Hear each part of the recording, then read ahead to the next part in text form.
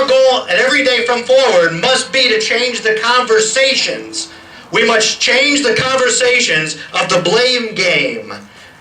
Change the conversations to that of truths and facts.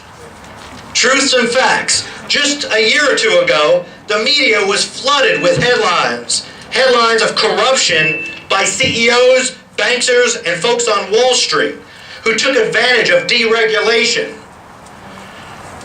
Well, it didn't take long for the deep pockets to change the conversation that started to blame the workers, us, for the financial economic crisis.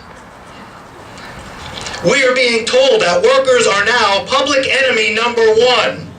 Construction workers, teachers, law enforcement, public servants, firefighters, salaries and benefits are to blame, not the mismanagement of our elected officials. You are joined today by your firefighters that work 56-hour work weeks every week, miss nearly every holiday, miss most family events, and on their off days collect for muscular dystrophy, Jerry's kids, MDA Fill the Boot, are out with the Relay for Lifers, doing all those things. While they're on the job, they're exposing themselves to AIDS, hepatitis, and a gamut of other diseases and cancer-causing carcinogens. Not to mention the real threat that they can bring these home to their families. They are on the front line every day, willing to risk their own health and their lives for the citizens they serve. And then we're told we're just lucky to have a job. We're lucky to have a job like this. Well, I think they're lucky to have us doing this job.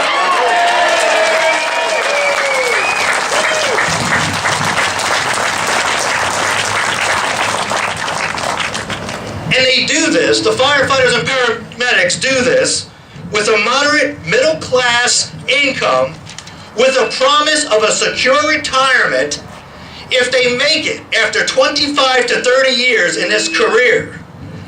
And for this expectation that we have, we are now the enemy. We have turned into the enemy for expecting those things. But I guess if the firefighters have become public enemy number one, we are certainly in good company, because we are with the teachers, law enforcement, construction workers, and all public workers as our partners, and we're damn proud of that. We're damn proud. If we're all enemies, we're all enemies together. We got to recognize some truths here. These enemies of ours, they got deep pockets. They own many of the media outlets. They are able to write huge PAC checks. And now with the Supreme Court ruling that there is no limit, we haven't seen the trouble that they're going to get themselves into with, right? They write these PAC checks to elect officials, and they have certain groups, mean-spirited groups, who have their back, which we won't mention here today. But you know what? They're less than 5% of the population in this country. Less than 5%. And in this great democracy, we have the ultimate power. The power of the vote. The vote. And vote we shall. And vote we shall.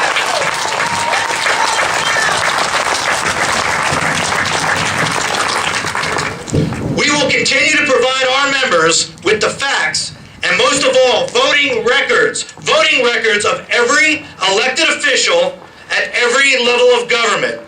Voting records on the issues so important to workers. You know, the people that built the community and built this country. Now let's connect the dots.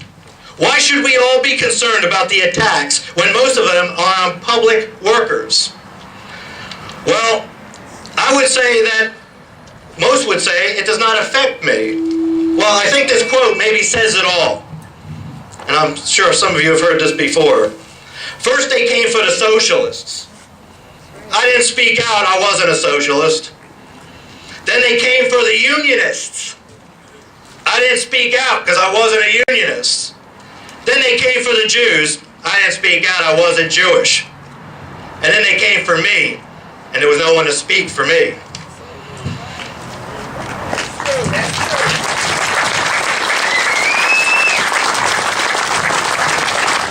Those who wish to crush the middle-class American dream are utilizing a program called Divide and Conquer.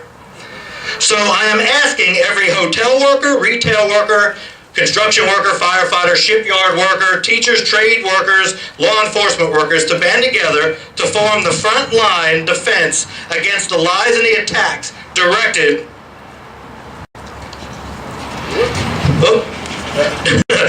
at the people who are the fabric of our communities, and stand together to elect friends of workers. To elect friends of workers, which will protect the middle class from total annihilation.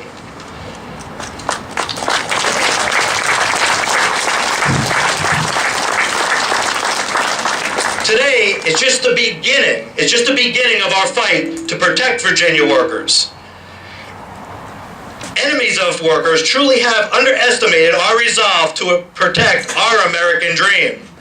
Today we draw the line in the sand, and together as Virginia workers, we will ask every elected official at every level of government, which side are you on?